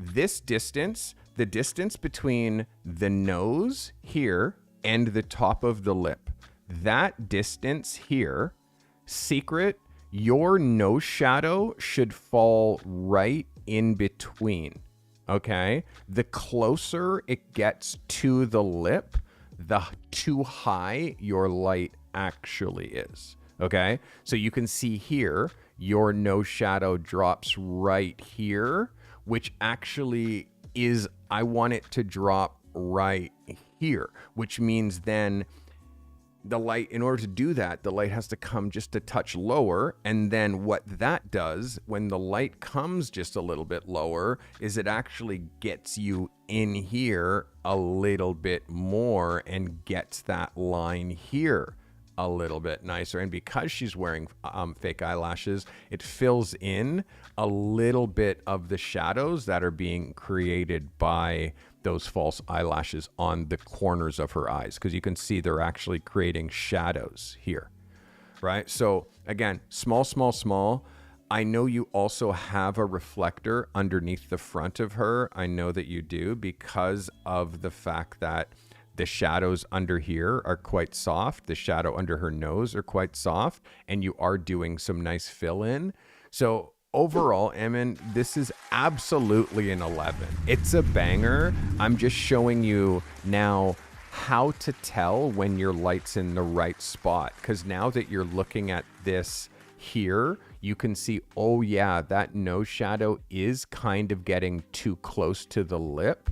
So that's your tell. That's your tell to just drop your light just a touch, because her head angle is perfect. You have her extending her chin out, which gives you like extending not her chin out like this, but like extending her chin out rather than pulling her face in. You have her extending her chin out and then dropping her head. So this is textbook. You did this so well, Amand. It's just now that you're getting so advanced with the light, this is your tell. Make sure that that nose shadow is halfway in between.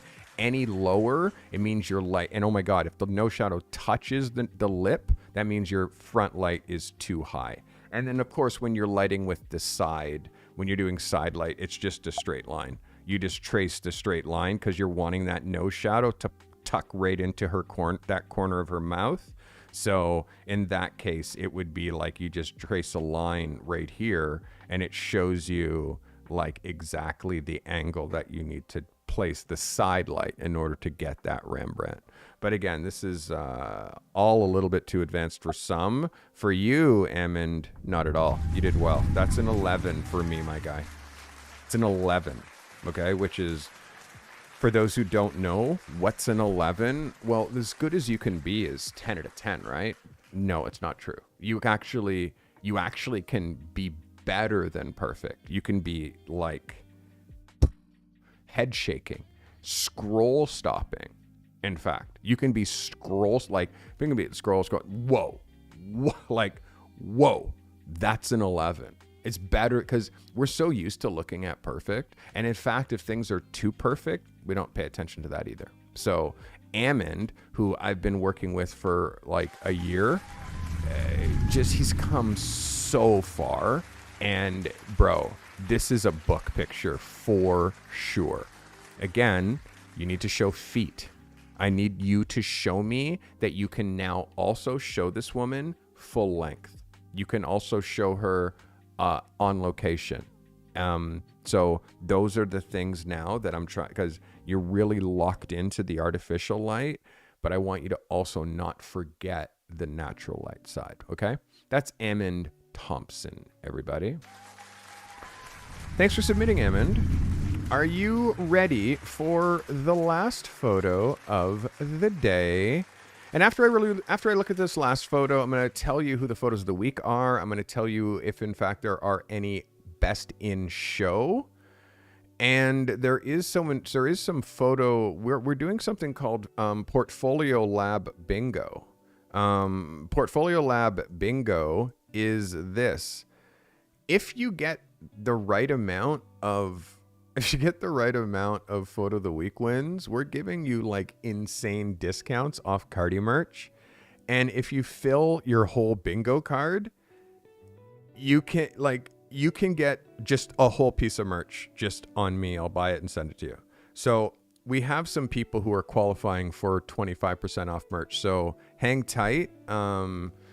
Because I'm going to make a secret offer, a secret coupon code for you after I review this last photo. This is Calligraphy.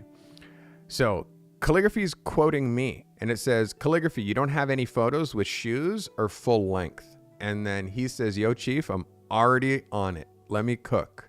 In hindsight, I could have backed up a bit after a recent review of another member. I realized I shouldn't have had his hands folded. Also, having his arms further up to his knees and lowering his hands down a bit would have been stronger and given me more of a Platon look that I was attempting to achieve. Z8, 85mm, ISO 100, 2.8, 200th of a second, 1 Westcott FJ 400 strobe. This is our last photo of the day. This is Calligraphy. Yeah, baby. Yeah, we're onto something now, okay? We're onto something now. The only thing I want you to be watching is white on white. White is not a fun fabric to shoot. White is not a fun fabric to shoot because you start getting like burnout. You can see how we're losing highlights here in the whites.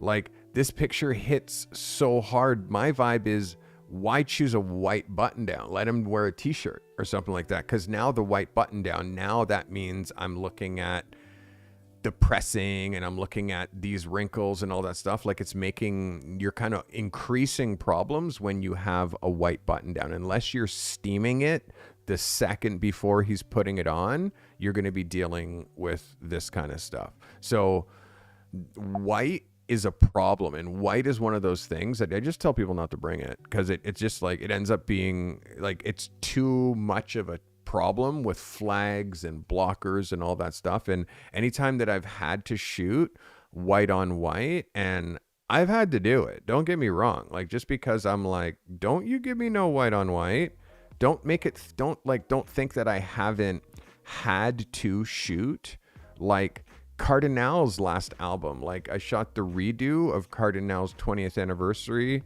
of the Firestarter Volume 1, and look at this picture. White hoodie on a white seamless, wearing white jeans. Like, this was really difficult. Like, technically, I was using blockers and all this stuff, so I wasn't getting too much burn. But then I had to like lighten it back up a little bit in post, because it was starting to look muddy. And then the next thing, secret time, this picture is black and white. This picture's black and white because of the cast, because it was really hard to get this cast neutral. This picture, everything here is black and white except for this one section here of the picture here, which is color. So I basically made this a black and white picture, and then his face, I made sure that the color came back, so I would have tone on tone properly with no cast. And these two different whites weren't matching very well. So this was a shit show. So I definitely know what you're talking about and what you're up against when you're shooting this type of picture calligraphy. But my guy, let's look at this as a cover, as an editorial. It's so like, it hits really hard. Your contrast and your blacks are just like crushed, like almost too much. We're losing all our detail in the denim in here. Like, it's like the blacks are crushed a little bit too much. We're losing a little bit of detail in there. But this is a vibe, Kay. Like, this is a vibe. I just want you to see what an 8x10 looks like, and you can see that you don't quite work here as an 8x10. You would have to extend your background on either side and like make all this stuff down here work, which is going to be difficult. Easier to extend on that side, but you got to do both sides or he's going to be offset. So, okay, this will go in your portfolio. It does hit. This is a winner. I want you to pull the blacks back a little bit, and I would love you to reshoot this guy with just the same jeans, the same shoes, but just put him in a black t-shirt. So now he's in an all black. Like, bro, black tee with this, that's the look, bro. Like, he's slim, like a fitted black tee, like with him now in the same position. All you need to do is punch back a bit, reshoot this again immediately, okay, please. And really be wary. I want you to download my frames, which are in your valuable resources, so you have these overlays, so you can do this in Lightroom and or Capture One, so you can actually make sure that you're always like shooting in such a way that works for all the formats. Guys, that's our last photo of the day. I'm giving you an 11 on that one, Kay. Appreciate you. Appreciate you. All right, that was our last photo of the day. Now let's talk about who's eligible for 25% off Carty Crew merch. Okay, so that means you guys have completed a row. You've got enough photos of the week that I will make a 25% coupon, or try to fill not just a B row, a B, an I, an N, a G, and an O, and you get like all of those photos of the week. I'll give you merch. So these people qualify for 25% off. Anna K, Miss Anna Kaya, you qualify because you've crushed it with the photos of the week. Anton Dudis, you qualify for 25% off Carty Crew merch. Charles Fortin, you qualify for 25% off Carty Crew merch. Ian Martin, you qualify for 25% off Carty Crew merch. And also Anna K, you get one item on me because you won Photos of the Year, Photographer of the Year last year. Joshua Haney, you get 25% off Carty Crew merch. You're eligible. Michael Steinmetz, also eligible. And lastly, Nick Johnson, you are eligible for 25% off. Please contact Calligraphy for more details. Please, please, please. Calligraphy, he's got all the details. Calligraphy at Calligraphy, KH, just like it's in chat. KH, Calligraphy, KHALIGRA, Graphy, like, but it's just not with the C. You can see him here in chat. All right, Calligraphy, well done, my guy. Let's go through the photos of the week. I have lots. I have a lot of people who hit hard this week. A lot of people who hit really freaking hard this week. And a lot of people hit hard this week again, and there's a couple of like really small mistakes that, like, these small mistakes these days are the difference between like photo of the week and not. The standards are getting so high lately, and I'm also judging you against you. So we got a lot of photos of the week this week because a lot of people stepped up. This is starting with our first photo of the week. Again, I was hard on the shooter, but this picture hits. It's just this one mistake. I'm hoping that he has other edits, but he needs to know that he's on the right track. Guys, our first photo of the week goes to Rafael Ortiz. Rafael. For all the things that work in this photo, I'm giving you photo of the week, but I really want you to hear everything that I said that didn't work for the next time that you shoot, because I really feel that it's going to make a big difference with you if you really start buying magazines, looking at them like ferociously, being consistent with your submitting. You're going to get so much better, so much faster. Guys, that is Rafael Ortiz. Our next photo, again, I is really hard on this shooter, and but this is such a jump for this photographer. Ladies and gentlemen, the next photo of the week goes to Mr. JV. Let's go.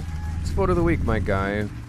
Again, like you're so close. You're so close with so many things, but again, it's like I got to be hard on you. I have to be, because the level of excellence that I'm trying to take you to, bro, it's the top 1%. So I have to be hard on you, so you'll be hard on yourself, so you're always trying to be better.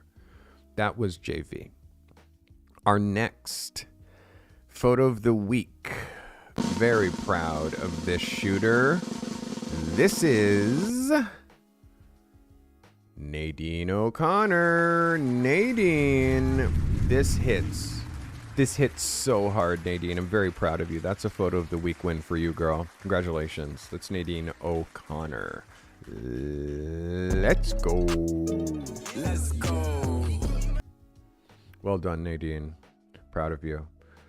Our next photo of the week, this guy on the fence, but this hits, guy. This is Frank Tom, ladies and gentlemen. Frank Tom, that's a photo of the week from Something From Your Archives, which actually holds. It holds up. Well done, Frank.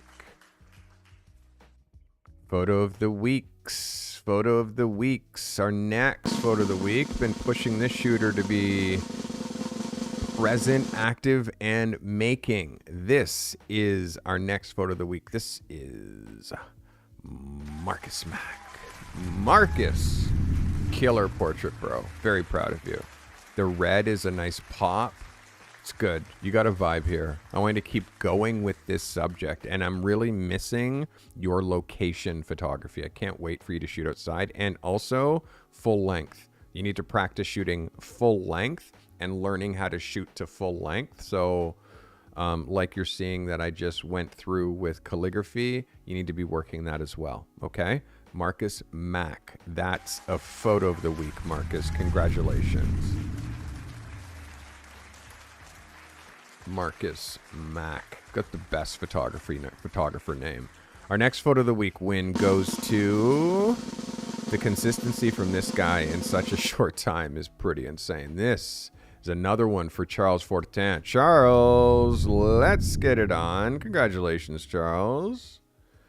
Applause is running out. Well done, Charles. That is, hello, applause, photo of the week from Charles. I think my applause button's broken. There you go. Congratulations, Charles. Yes, sir, yes.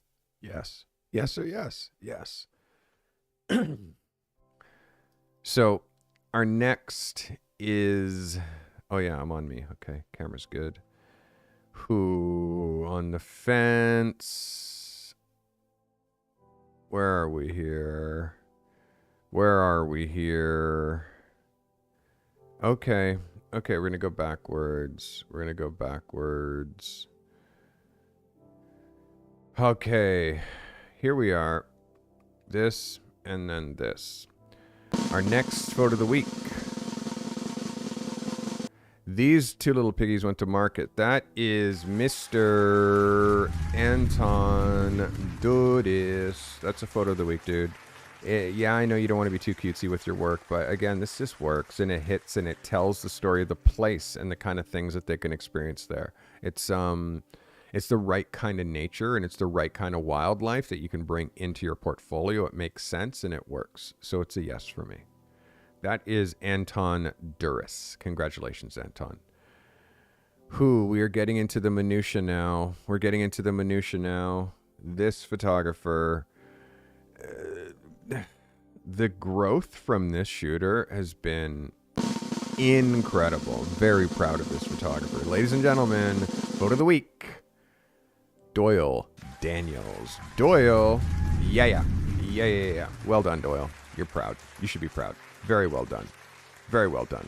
This is a textbook. And the way that you made this look like natural light, bro, is really, really, really good. I'm really proud of you. It takes a lot of work to put together a 1.5 meter wide softbox. It takes a lot of work to put together a softbox that's like this big. It's like, I love that light so much, but I hate putting that softbox together or breaking it down, so my assistant does it. I swear to God. All right, guy, that was Doyle Daniels. This next shooter, photo of the week, goes to Mr. Ammon Thompson. Ammon, that's, again, this brings me joy. This is textbook. You should be really proud of being the consistency that you're nailing and like how often you're able to just hit. Again, dude, I'm so proud of you. That's Ammon Thompson, big guy. Well done. And our last photo of the week. Proud of this shooter too. You're onto something here, mister. You're onto something. And again, we talk every day. Proud of you. This is Calligraphy Ridgely. That is a photo of the week. Now I gotta hurry because I got a meeting in 10 minutes. So let's get through here. Do we have a best in show? Do we have a best in show? Do we have a best in show? Yeah, I got a couple. Like just pictures that just, for this photographer, like the level ups is what we're talking about. So starting with Miss Nadine O'Connor. Best in show, Nadine. Congratulations. Amazing. Next.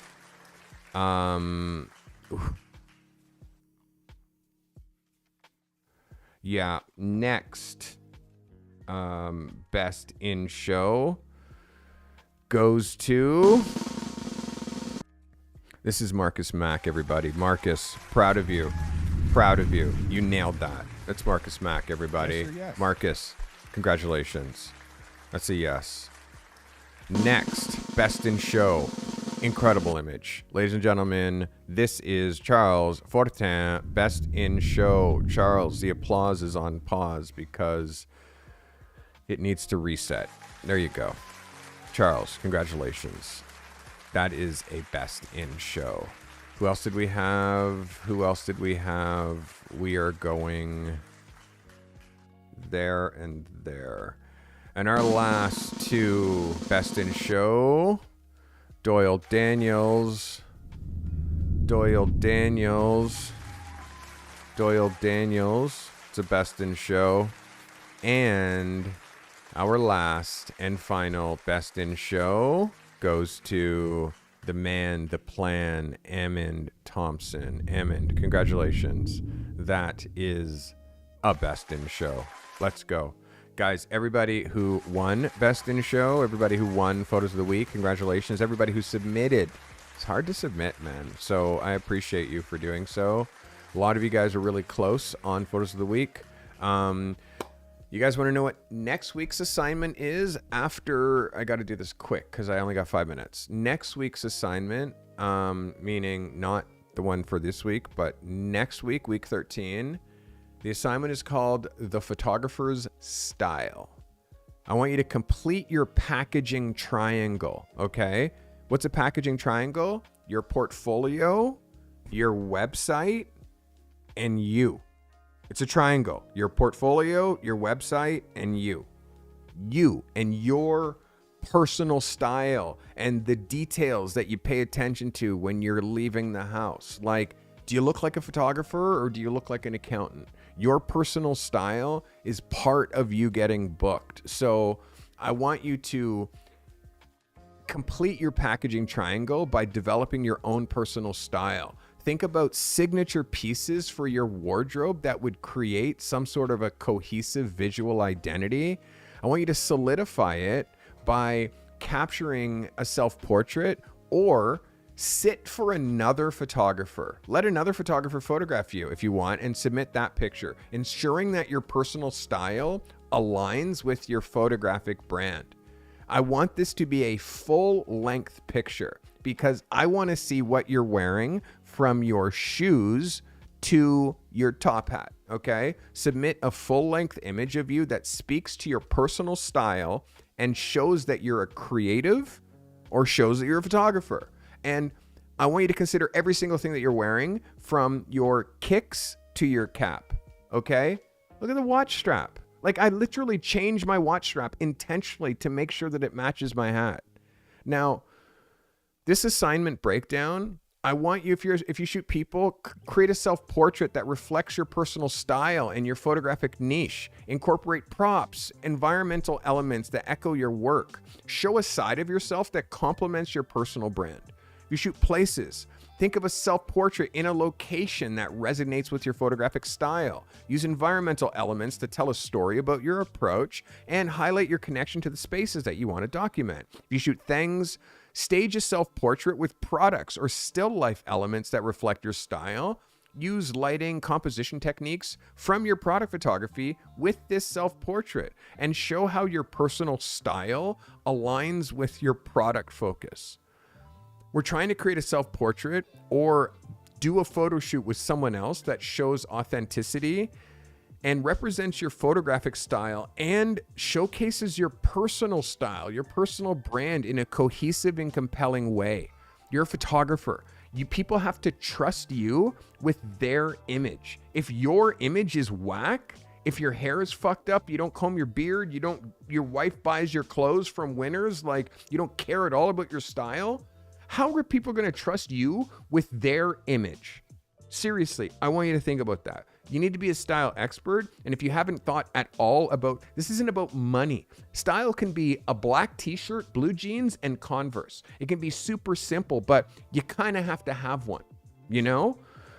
So I want you to put yourself out there. Okay, it's incredibly necessary for you to put yourself out there in this way. This week, I'm making you speak on video, putting yourself out there. Next week, I'm making you go shop, buy something cool, like buy something vintage, put together and look and photograph yourself or get photographed and show me from the kicks to the cap. I want to see everything. Personal style details, all of that stuff is all part of it. You forget so much how important your own personal style is. Most photographers avoid that, but then they wonder why their stuff is kind of lame. I wonder why their shit's kind of lame, because they don't care about style. So they're just shooting shit, and they can't help someone else with their style because they don't know. So if someone puts on a whack outfit, you just shoot it because you don't know any better. Where I'm like, bitch, that's whack. We're not fucking wearing that. We're putting that on and putting that and with those shoes because I can put together an outfit. If you don't know that stuff, work on it. And that's why we buy magazines. If you're a man, start buying men's magazines. Start buying details and start giving a shit about what you look like. Because people judge you with all of their senses. They're judging whether you got smelly breath, and they're judging you with their eyes. From your toes to your, like, they are judging you. Thinking that they're not, you're delusional. Oh, well, people are just all surface. It's like, nah, bro. It's just, you won't know why you don't get booked. But because your packaging triangle didn't make sense. The work made sense. Your portfolio made sense. But then when they met you, they were like, ugh. You know what I mean? Everything's got to be tight. I hope that helps. I got a meeting. I'll see you guys on Thursday.